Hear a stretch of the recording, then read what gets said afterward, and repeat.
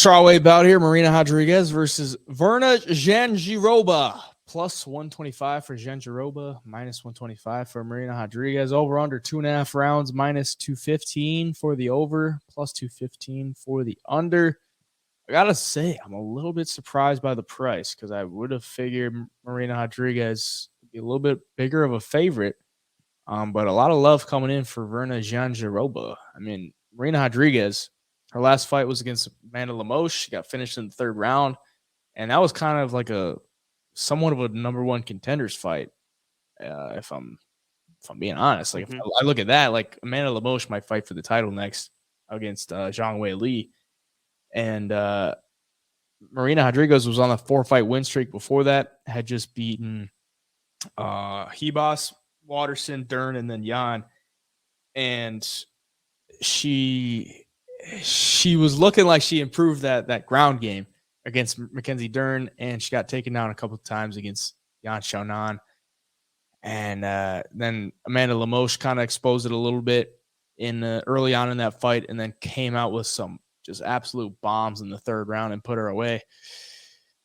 But on the feet, man, like there's not many people that can out volume Marina Rodriguez or I mean, she doesn't have great power, but she's just going to stay in your face and put a lot of activity in front of you, and you got to deal with it. Virna Jandiroba, she wants to take it to the ground. And if it's on the feet, I think it's Marina Rodriguez all day. Jandiroba she's all right, that she's just looking to set it up for the takedowns. And this is like, can she get the takedowns? Probably. Like, that's probably why she's only a plus 125 underdog against Marina Rodriguez. That's kind of what they're betting on. And I don't know if I could bet on that. Like, Jandiroba, the level of competition doesn't really match up with Rodriguez as of recently, at least. Like, Jandiroba beat Angela Hill, okay? Like in 2022, and then she lost to Amanda Hebos, and then beat Kanako Murata. Like, I don't know. Maybe this is like some kind of trap on Marina Rodriguez, but I'm thinking like she was like a minus 200 favorite against Amanda Lemos. Now she's minus 125. Like, what am I missing here? Like, I think Marina Rodriguez should be a little bit bigger of a favorite. What do you think? Yeah, no, I agree that she probably should, but I think where the line's coming from is going to be that wrestling and grappling game of Virna. Because, I mean, in Marina Rodriguez's last 7 fights, she's gotten taken down in every single one of her last 7 fights.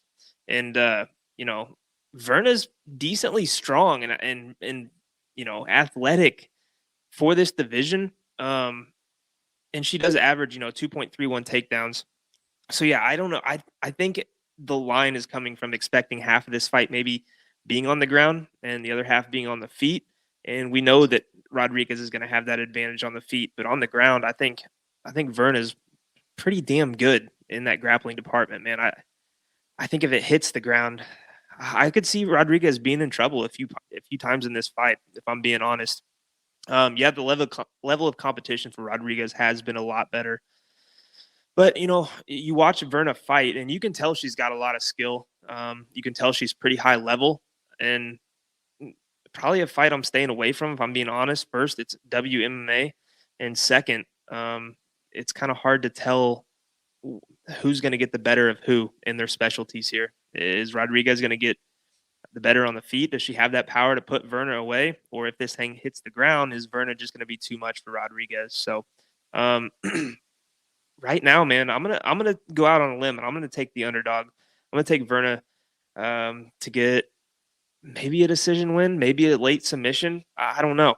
There's something about this fight that's just been telling me that Virna's going to get it done. It's going to be kind of unexpected, but that line is a little weird too. So yeah, give me Virna in this one. Yeah, I'll take Marina Rodriguez for the pick. She is 36 though. It's like, dang, she doesn't seem that old, but yeah, no, I agree. Yes, she is definitely 36. I'll take her for the pick, and I'll keep an eye on it as the week goes on.